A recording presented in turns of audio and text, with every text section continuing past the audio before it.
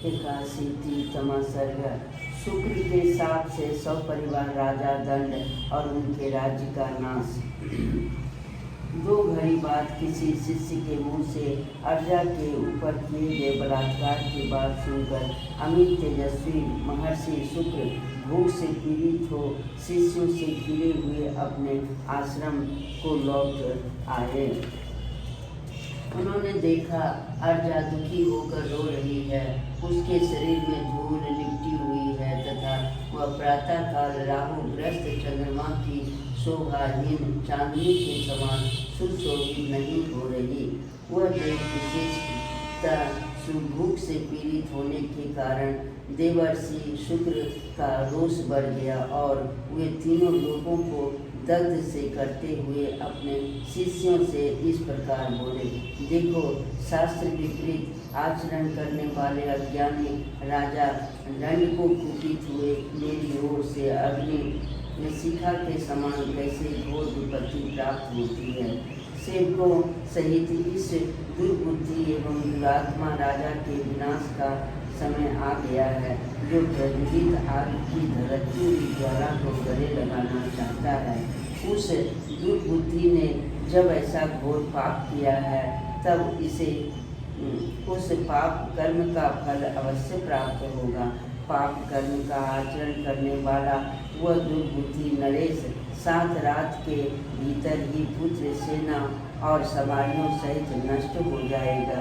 खोटे विचार वाले इस राजा के राज्य को, जो सब ओर से 100 योजन लंबा चौड़ा है, देवराज इंद्र भारी धूल की वर्षा करके नष्ट कर देंगे।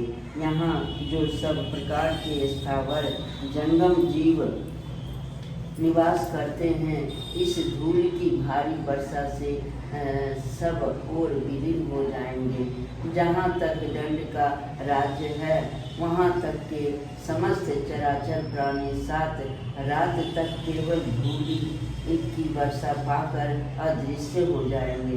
ऐसा कहकर क्रोध से लाल आंखें किए शुक्र ने उस आश्रम में निवास करने वाले लोगों से कहा, दंड के राज्य की सीमा के अंत में जो द्वीप है उनमें जाकर निवास करो। शुक्राचार्य की यह बात सुनकर आश्रमवासी मनुष्य उस राज्य से निकल गए और सीमा के बाहर जाकर निवास करने लगे। आश्रमवासी मुनियों से ऐसी बात सुनकर शुक्र ने अर्जा से कहा, खोटी बुद्धि वाली लड़की, तू वहीं इस आश्रम में मन को परमात्मा के ध्यान में एकाग्र करके रह।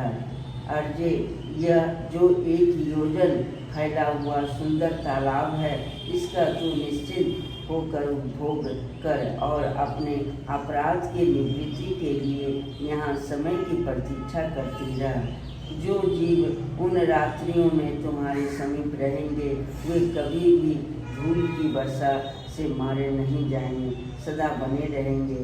ब्रह्म ऋषि का यह आदेश सुनकर वह भिक्षु कन्या अर्जा अत्यंत दुखित होने पर भी अपने पिता भार्गव से बोली, बहुत अच्छा। ऐसा कहकर शुक्र ने दूसरे राज्य में जाकर निवास किया तथा उन ब्रह्मवादी के कथनानुसार राजा दंड का राज्य सेवक सेना और सवारियों सहित 7 दिनों में भस्म हो गया। नरेश्वर विंध्य और सैवलगिरी के मध्य भाग में दंड का राज्य था। काकुत्यस्त धर्म युग कृत्य युग में धर्म विरुद्ध आचरण करने पर उन ब्रह्म ऋषि ने राजा और उनके देश को शाप दे दिया। तभी से वह भूभाग दंड कारण्य कहलाता है। इस स्थान पर तपस्वी लोग आकर बस गए, इसलिए इसका नाम जन स्थान हो गया। रघुनंदन, आपने जिसके विषय में मुझसे पूछा था यह सब मैंने कह सुनाया। वीर, अब संध्योपासना का समय बीता जा रहा है। पुरुष सिंह, सब ओर से यह सब महर्षि स्नान कर चुकने के बाद भरे हुए घड़े लेकर सूर्य देव की उपासना कर रहे हैं।